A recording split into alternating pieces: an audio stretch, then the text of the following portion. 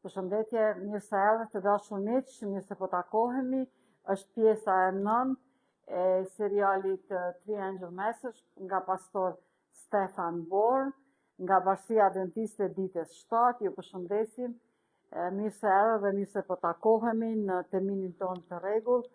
Nga pastor Born, i cili është ungjilltar internacional, pastor, shkrimtar, publicist.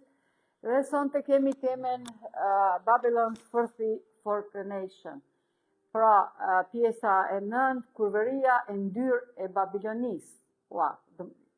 Jo shumë e këndshme titulli, por për çfarë është fjala, do jemi së bashku, pra tani është koha për lutje dhe për momentin e kthejmë kamerën knej, pra ju përshëndesim edhe kështu live dhe bëjmë lutje, ftojmë prezencën e Zotit dhe udhëheqjen e Tij. O Zoti i Madh Gjithëpërshtetshëm, dera lavdia takon Ty. Faleminderit për fjalën Tënde, për Biblën, për lajmin e të rëngjujve dhe këto ligjërime na udhëheq o Zot drejto. Bekoj të gjithë ata që do ta përcjellin tani ose më vonë, kur do të qoftë, të kuptojnë lajmin, porosin. Bekoj familjet, shëndetin, fëmijët, pleqë të rit, jetën, kohën, financat, çdo gjë le të jetë në dorën tënde, mëshirën, dashurinë tënde, në emër të Atit, Birit, Frymës së Shenjtë. Amen. Amen. Amen.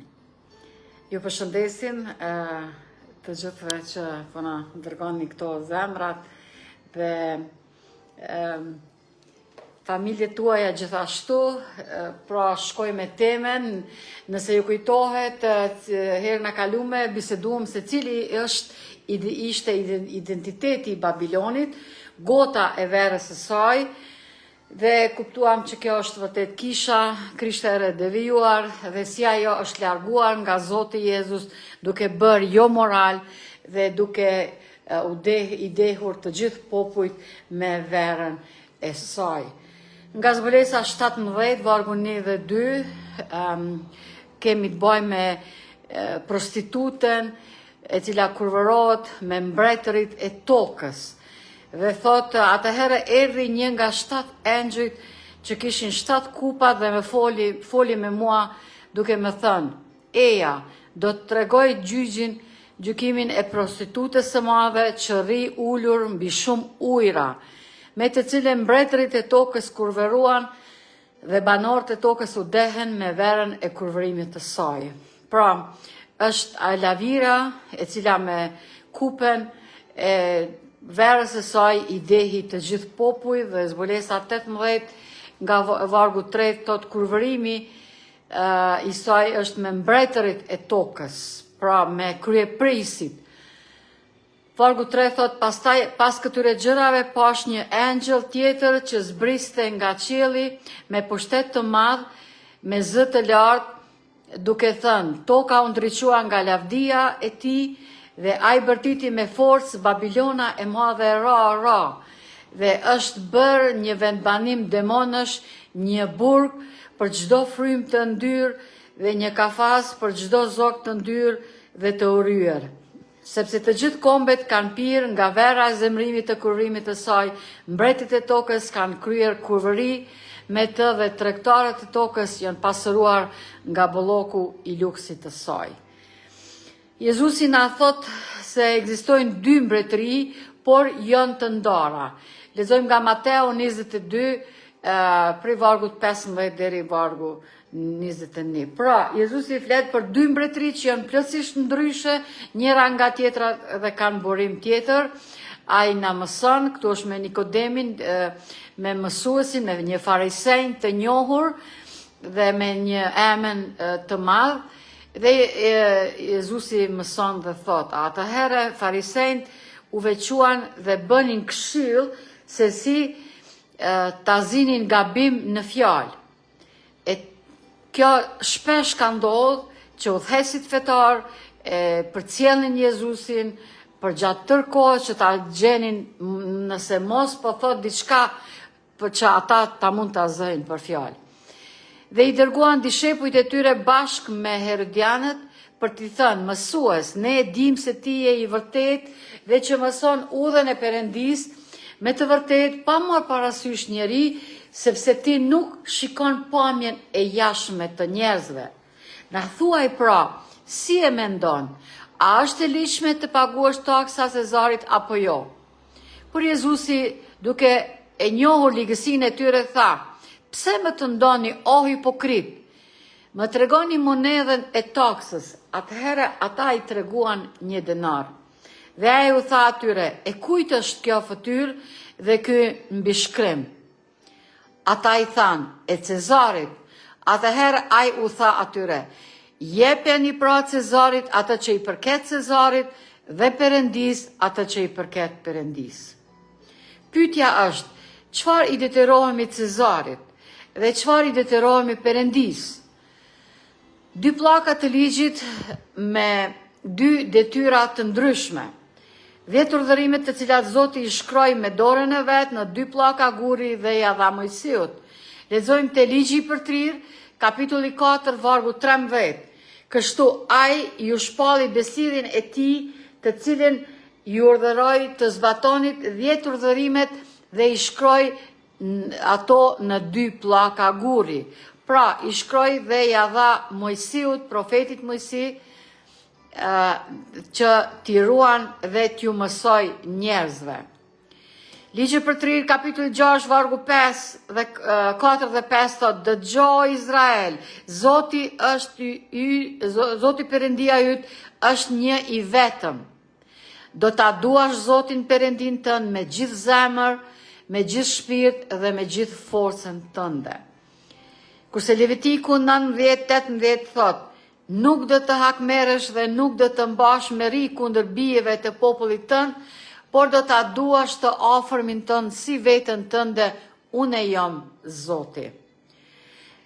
Kurse te Mateu 22 në Ungjillin e parë, te Mateu vargu 34 deri te vargu 40 thot, atëherë farisenjët, pra mësues të ligjit, kur dëgjuan se ai u kishte zënë gojen saducejve, u përmbledhen tokë. Dhe një nga ata, mësues i ligjit, e pyeti për të vënë në provë duke thënë, mësues, cili është urdhërimi i madh i ligjit? Dhe Jezusi tha, duaje Zotin Perëndin tënd me gjithë zemrën tënde, me gjithë shpirtin tënd dhe me gjithë mendjen tënde. Pra, u mbledh tokë, u mbledhen duke e pyet, madje duke e provoku, por Jezusi me një vendushmëri, me dashuri, përgjigjte secilit nga ata. Dhe vargu 38 thot, ky është urdhërimi i parë dhe i madhi, dhe i dyti i ngjashëm me këtë është, duaje të afërmit tënd, por si vetveten, nga këto urdhërime, 2 urdhërime varet tër ligji dhe profetët. Jezusi ishte i akuzuar për thyrjen e pllakës së parë, sepse nga pllaka e dytë ata nuk mund të gjenin ndonjë gabim që Jezusi kishte bërë. Tek Marku kapitulli 2 vargu 7 thot, pse ky njeri flet blasfemi të tilla, kush mund të falë mëkatet përveç Perëndis, të vetmit Perëndis. Gjoni 10:33 thot, judenjët ju përgjigjen duke thënë, nuk të vrasi me gur për një vepër të mirë, por për blasfemi, dhe sepse ti duke qenë njeri e bën veten Perëndi. Kurse Gjoni vargu 9, kapitulli 9 vargu 16 thot, prandaj disa farisejnë thanë, ky njeri nuk është nga Perëndia sepse nuk e mban të shtunën.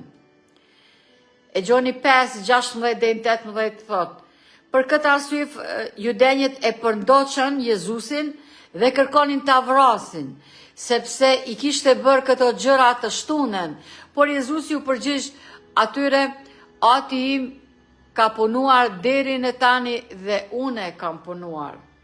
Prandaj judenjët kërkonin edhe më shumë ta vrisnin, sepse ai jo vetëm që shkelte të shtunën, por edhe thoshte se Perëndia ishte ati i tij, duke u barazuar veten me Perëndin. Pra këto ishin problemet e njerëzve të kohës së Jezusit, të cilët vërtet ishin udhëheqësit fetar. Gjoni 8, 58, 59, Jezusi thot. Jezusi ju tha atyre, në të vërtet, po ju them, para se të linte Abrahami, unë jam, fjala greke ego imi, atëherë ata morën gur për t'i hequr, hedhur, por Jezusi u fsheh dhe doli nga tepulli, duke kaluar midis tyre dhe kështu kaloi.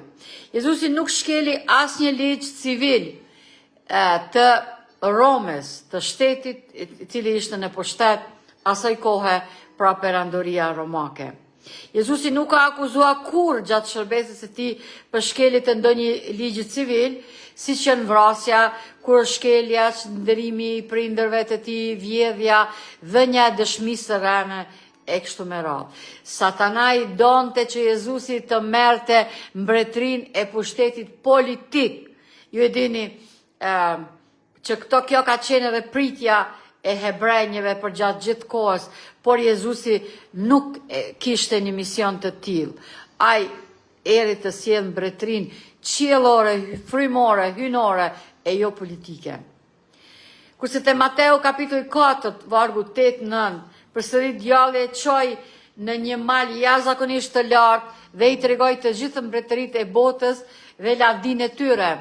Dhe i tha, të gjithë këto gjëra do të jap nëse bie përmbys dhe nëse më adhuron. Ju dini që Jezusi agjëroi 42 dhe 49 dhe në fund e mori Uria. Në fund e mori Uria, mandej Satanai që ta donte, si zakonisht kur jemi më të dopt dhe ligë edhe më të lodhur, ai na të ndon. Gjoni 6:15 thot, prandaj, kur Jezusi e kuptoi se ata do të vinin ta kapnin me forcë për ta bërë mbret, u kthye përsëri në mal vetëm. Kurse Luka kapitulli 9, vargu 55, 56 thot kështu. Por ai u kthye dhe i qërtoi ata duke thënë, ju nuk e dini nga çfarë fryme jeni, sepse Biri i Njeriut nuk erdhi për të shkatruar jetët e njerëzve, por për t'i shpëtuar, dhe ata shkuan në një fshat tjetër. Jezusi shkoi në mal dhe u lut vetëm. Mbretëria e Perëndis është brenda jush. Mbretëria vepron nga maja, nga brenda jashtë, jo e detyruar nga jashtë brenda. Pra Zoti dhe erdhi që të vendos mbretërinë në zemrat e njerëzve. Kjo ishte misioni i tij. Kurse Luka kapitulli 17, vargu 20-21 thot kështu. Kur farisejt e pyeten se kur do të vinte mbretëria e Perëndis, ai u përgjigj atyre dhe tha, mbretëria e Perëndis nuk do të vjen në mënyrë të dukshme.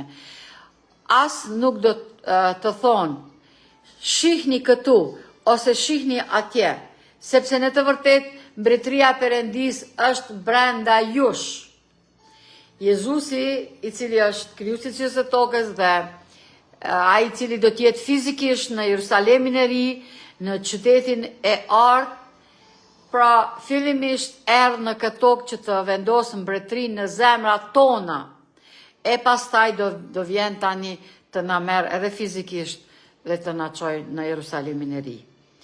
Një takim i Sinedrit, i cili është këshilli më i lartë i qytetit, i Jerusalemit, thot duhet ta shkatrojmë atë, ose romakët do ta shkatrojnë kombin ton, por duke e vrar atë do të shpëtojmë kombin ton. Ju e dini, kjo është ai inserti nga filmi i Jezusit, dhe ata kishin qëllim që vazhdimisht Jezusin ta shpallnin mbret, udhëhes politik, por ky nuk ishte misioni i Jezusit. Ai erdhi të vendos mbretërinë në zemrat tona. Gjoni 19:47 thot kështu. Atëherë krerët e priftërinjve dhe farisenjët mblodhe një këshill dhe thanë, çfarë duhet të bëjmë, sepse ky njeri bën shumë shenja. Nëse e lëm të qetë kështu, të gjithë do të besojnë në të, dhe romakët do të vinë dhe do të marrin vendin dhe kombin tonë. Kjo ishte dinakria e udhëhesësve fetar, kinse në zellin e tyre për Zotin e pa Zotin, sepse Zoti erdhi Emanueli dhe ata nuk e njohën. Vargu 48 thot, dhe ja një prej tyre, Kajafa, i cili ishte kryeprifti, i atij viti u tha, ju nuk dini asgjë, as nuk mendoni se është e lëvdishme për një që të vdes një njeri për popull dhe të mos humbas i gjithë kombi. Pietri përdor shpatën, mbani mend fjalët e Jezusit se çfarë i tha Pietrit. Mateu 26, 51-52, dhe paprit mas njëri nga ata që ishin me Jezusin, shtriu dorën dhe nxori shpatën, goditi shërptorin e kryepriftit dhe e preu veshin. Por Jezusi tha, vendosë shpatën në vendin e vet, sepse të gjithë ata që marrin shpatën nga shpata do të vdesin. Një mesazh shumë i fuqishëm dhe i rëndësishëm. Pra, mos merrni armë dhe mos u merrni me kur farlloj armësh. Arma e besimtarit e jona është Bibla, fjala e Jezusit, asgjë tjetër. Jezusi u arrestua dhe u qua në Sinedrin, i cili Sinedri ishte gjykata fetare për gjyqin e tij. Dhe ju e dini se Jezusit ja lidhen durt dhe zën rob, i ran kamxhik, mandej në fund edhe e gozhduan, e kryzuan duke ja fut gozhdat në dorë dhe në këmbë. Mateu 26, 57 thot, ata nuk e kishin kapur Jezusin, që e kishin kapur Jezusin e quen të Kajafa, kryeprifti, që ishte mbledhur skribët dhe pleqët. Gjyqi fetar i Jezusit u përdoren dëshmitar të rem dhe ai u godit me shuplaka nga Papa Suprem. Pra, udhëhesit fetar i kam përndjek profetët, madje erdhë vetë Zoti personalisht Emanueli dhe pikrisht udhëhesit fetar e përzekutuan dhe në fund e goditen, i ran shuplaka dhe e mbyten Zotin, vetë Zotin. Në mënyrë të përsëritur, ligjet e procesit të rregullit ligjor u shkelen siç ishte mbajtja e një gjyqi natën, që shkëllimi të burgosurit para se të shpallej fajtor akuzimi për një krim që nuk shkelte ligjin civil të Romës. Këto të gjithë në korrizin dhe në adresën e në shpinën e Zotit ton Jezus. Akuzimi vetëm nga një dëshmitar, ai nuk mund të vetë inkriminohej, kishte të drejtë për avokat, duhet të gjykoj publikisht asnjë gjyq të premten, të shtunën ose ditën e festës. Të gjitha këto rregulla ata i thyen vetëm të arrin qëllimin që ta akuzojnë Jezusin dhe ta ekzekutojnë çka dhe bën. Edhe pse të gjithë përfaqësonin besime të ndryshme fetare, të gjithë ishin kinse me Zotin, kinse fetar, po pikrisht këta e bën këtë zezë, këtë krim kaq të madh që vetë krijuesin e universit ta e gjykojnë dhe ta ekzekutojnë. Të gjithë u bashkuan për të shkatruar armikun publik. Kjo ishte një gjykatë e panshme. Nuk ishte një gjykatë e panshme, ata kishin vendosur që ta e dënonin atë. Dhe Pilati e dini atë pyetjen që e parashtroi, a doni të ju liroj Jezusin apo Barnabën? Dhe me qenë se gruaja e Pilatit kishte pa ëndër dhe ja tërheku vërejtjen burrit të saj, që mos të përzihet në gjakun e këtij të pafajshmi, por ai nuk e kuptoi sepse dëshira për karrigën, për pushtetin ishte më e madhe dhe fjalët e gruas mbeten duke hyrë në një vesh e dalë në tjetrin. Mateu 26, 59 dhe 64 thot kështu. Tani krerët e prifterin e pleqë dhe gjithë Sinedri kërkonin ndonjë dëshmi të reme kundër Jezusit për ta vrarë, por nuk gjetën asnjë, ndonë se u paraqiten shumë dëshmitar të rem, nuk e gjetën. Por në fund u paraqiten 2 dëshmitar të rem, të cilët thonin, ky ka thënë, unë mund ta shkajtroj tempullin e Perëndis dhe ta rindërtoj për 3 ditë.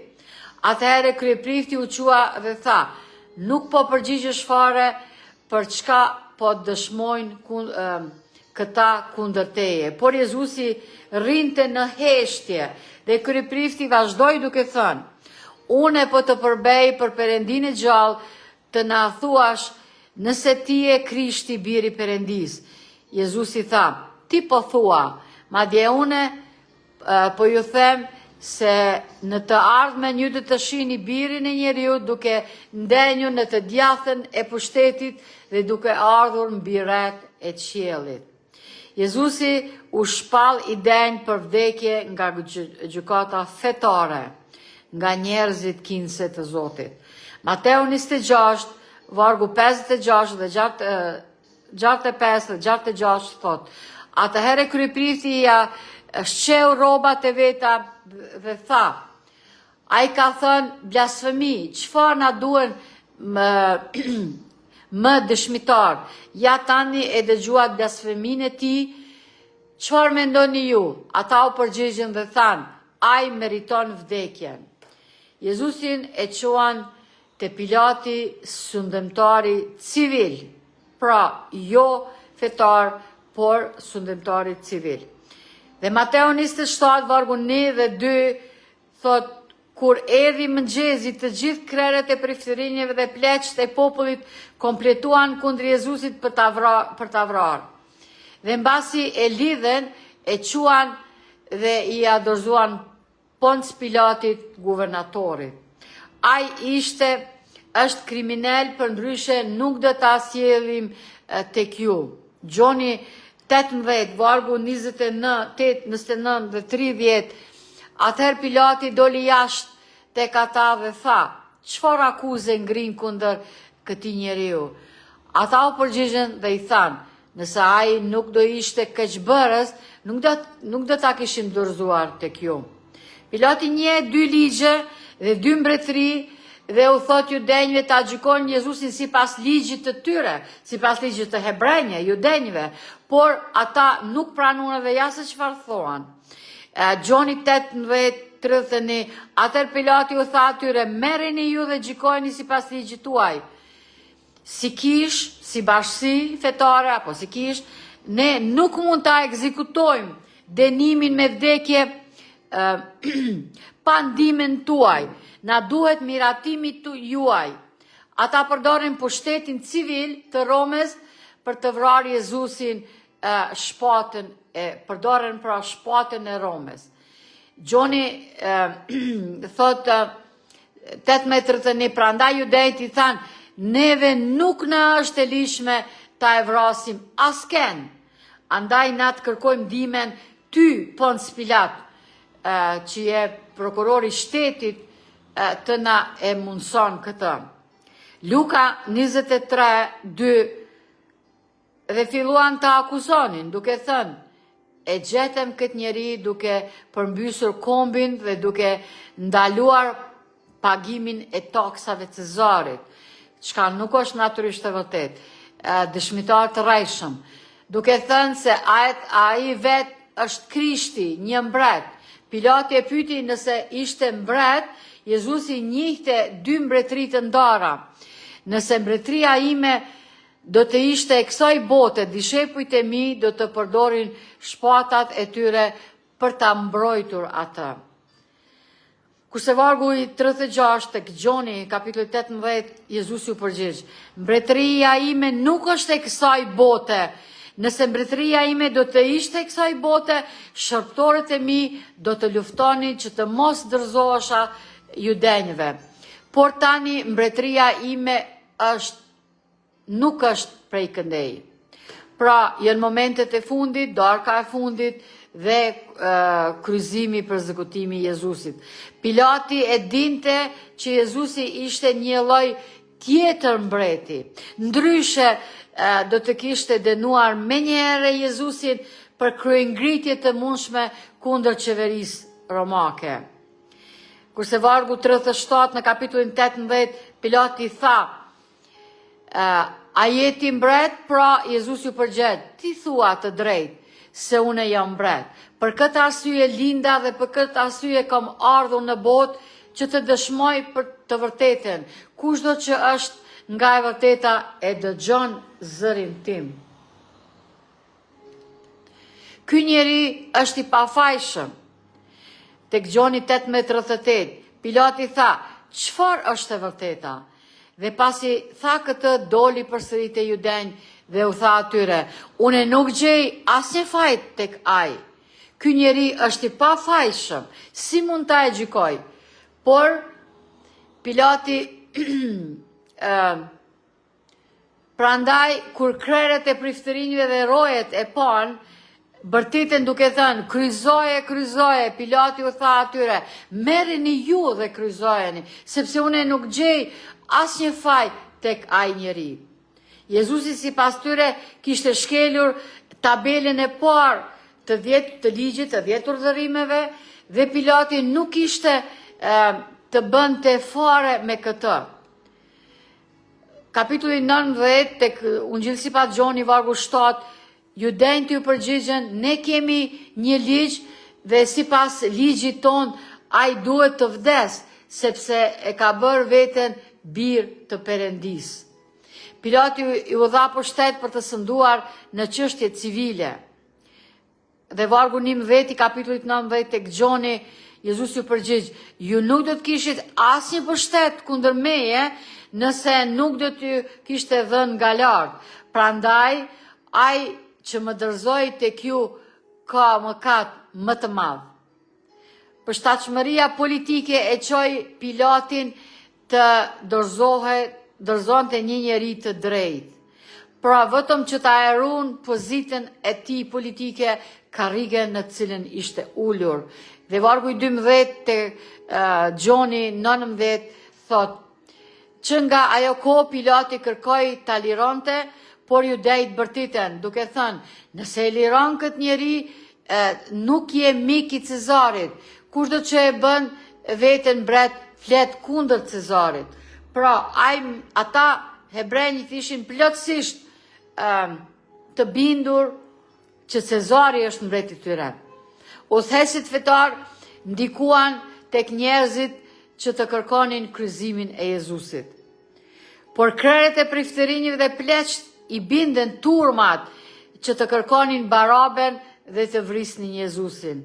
Ata e shpallën Cezarin si mbretin e tyre dhe refuzuan mbretin e mbretërve, duke kërkuar marrëdhënie intime me shtetin romak. Ata po e refuzonin burimin e tyre dhe po luanin rolin e prostitutës. Andaj Biblia thot, kjo prostituta e cila është e ulur në shumë ujëra duke i dehur të gjithë popujt. Kurse vargu 13 dhe 15 të kapitullin 19 të Gjoni, Pilati pra, kur i dëgjoi këto fjalë, e çoi jashtë Jezusin dhe e ul në selinë e gjykatës, në vendin e quajtur Kaldërm, në hebraisht Gabatha. Tani ishte dita e përgatitjes së Pashkës dhe ishte afërsisht ora 6 dhe u tha judenjve, jam mbreti juaj, por ata bërtiten, largoje, largoje, kryqëzoje. Pilati u tha atyre, ta kryqëzoj mbretin tuaj? Krerët e priftërinjve u përgjigjen, ne s'kemi mbret tjetër veç Cezarit. Saksisht hebrejët e vulosen fatin e tyre të zi. Jezusi donte të martohej me Izraelin, pra në mënyrë figurative, ashtu si burri martohet me një grua. Të gjitha llojet e metaforave martesore në Ungjit që përshkruajnë marrëdhënien që Jezusi donte ta kishte me popullin e tij. Gjon Pakzori ishte miku i dhëndrit, si mund të qash kur dhëndri është midis jush. Shëmbëltyra e 10 vëgjëreshave, shëmbëltyra e mbretit dhe shërbëtorëve të tij. Jezusi ishte dhëndri përsëri duke joshur Izraelin që të ishte nusja e tij, por nusja nuk donte asgjë prej tij, thjesht nuk e donte. Ata kërkuan që ta dëshironin ta parandalonin apostazia apo devijimi fetar, devijimi nga besimi kombëtar, çoi në shkatrimin kombëtar. Luka 18 nga 41 deri te 44 thot: Tani ndërsa po afrohej, pa qytetin dhe qau për të, duke thënë, sikur ti të dije edhe ti veçanërisht në këtë ditën tënde gjërat që sjellin paqen tënde, por tani ato janë të fshehura nga sytë tu. Kisha pas Pentakostit.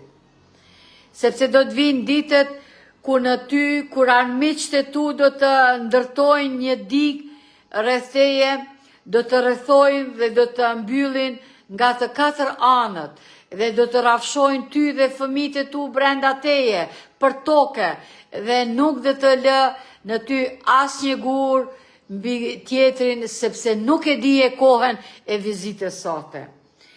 Mjerisht, pasoja e mëkatit është e tmerrshme. Hebrenjët e refuzuan Jezusin duke e shpall Cezarin mbret dhe Zotin krijuesin e universit, i cili fizikisht erdhi tek ata nuk e kuptuan, nuk e besuan, nuk e pranuan. Dhe refuzuan duke mos njohur kohën e vizitës. Kurse Apostol Pali te Efesianëve kapitulli 6 vargu 17 thot: merrni për krenarin e shpëtimit dhe shpatën e frymës, që është fjala e Perëndis. Merreni Biblën o njerëz, lexojeni Biblën. Nëse nuk e njihni Biblën, ju do të mashtroheni ashtu sikur edhe hebrejët që u mashtruan.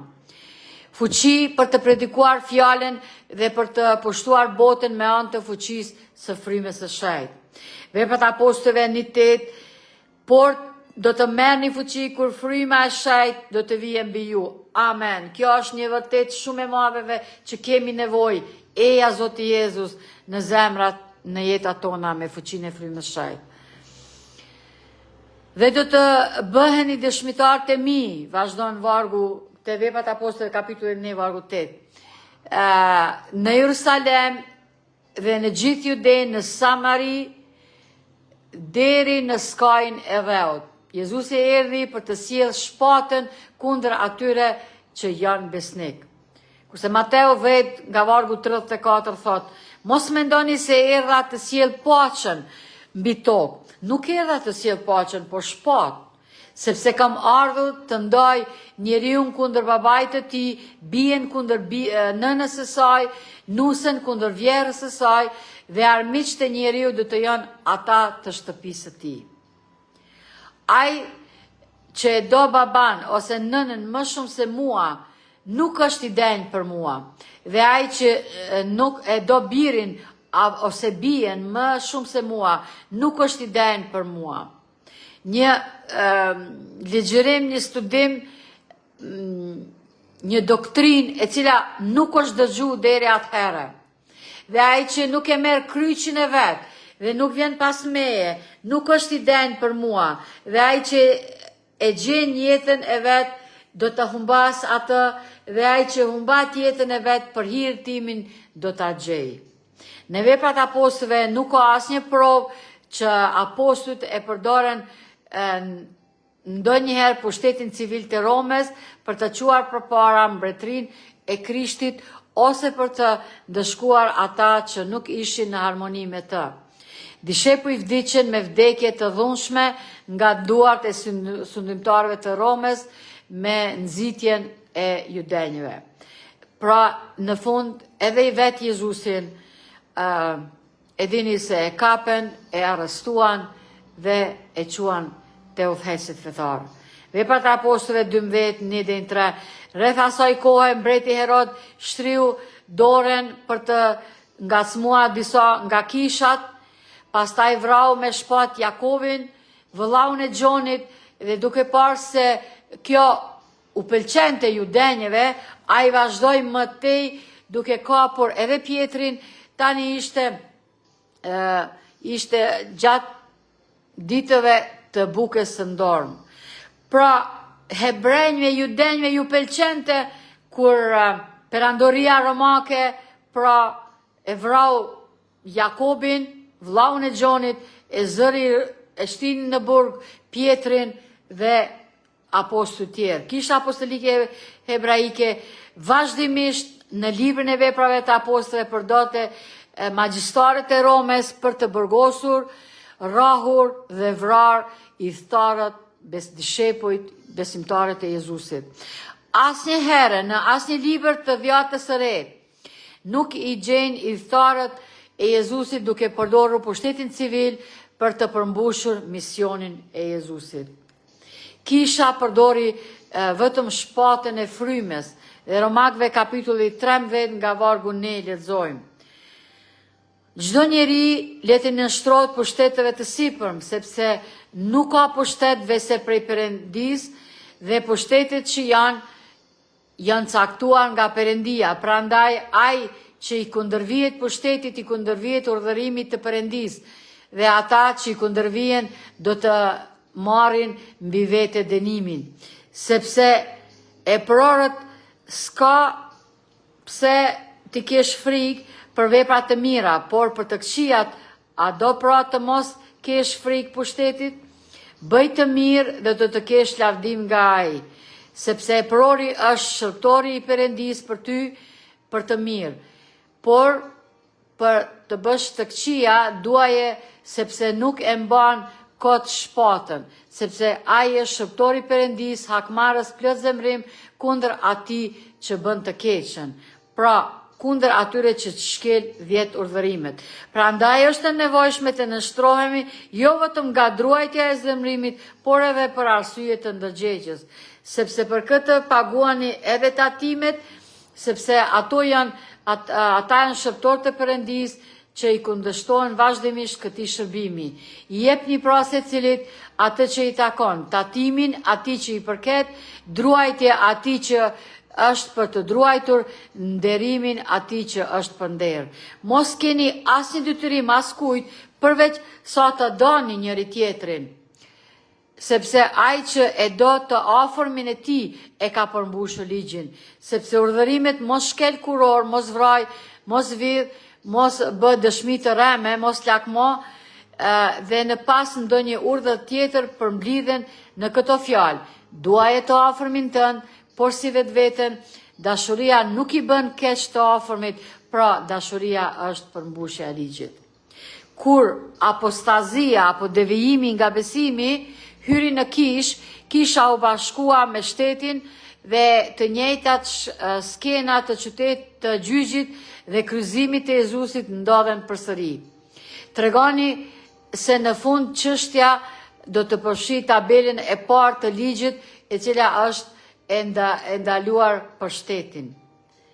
Përfundoni me historinë e gruas së Pilatit. Pilati, shëndetari civil i asoj kohe, u paralajmërua të mos e dorëzonte këtë njeri të drejtë, pra Jezusin, por presioni njerëzve që ishin nën presionin nga udhëheqësit fetar dhe frika e humbja së postit tij politik e shtyn Pilatin të lante duart.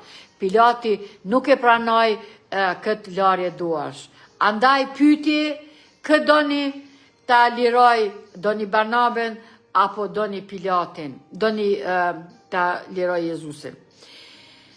Mateu 27:19, ndërsa ai ishte ulur në fronin e gjykimit, gruaja e tij i dërgoi fjalë: mos u përzi fare me atë njeri të drejtë, sepse sot kam vuajtur shumë në ëndër për shkak të tij. Pra ajo kishte parë në ëndër vegime rreth Jezusit dhe kuptoi që Jezusi është i drejtë dhe i dha porosi, ja dërgoi porosi të bashortit të saj, por ai nuk kuptoi, nuk deshi të kuptoi asgjë.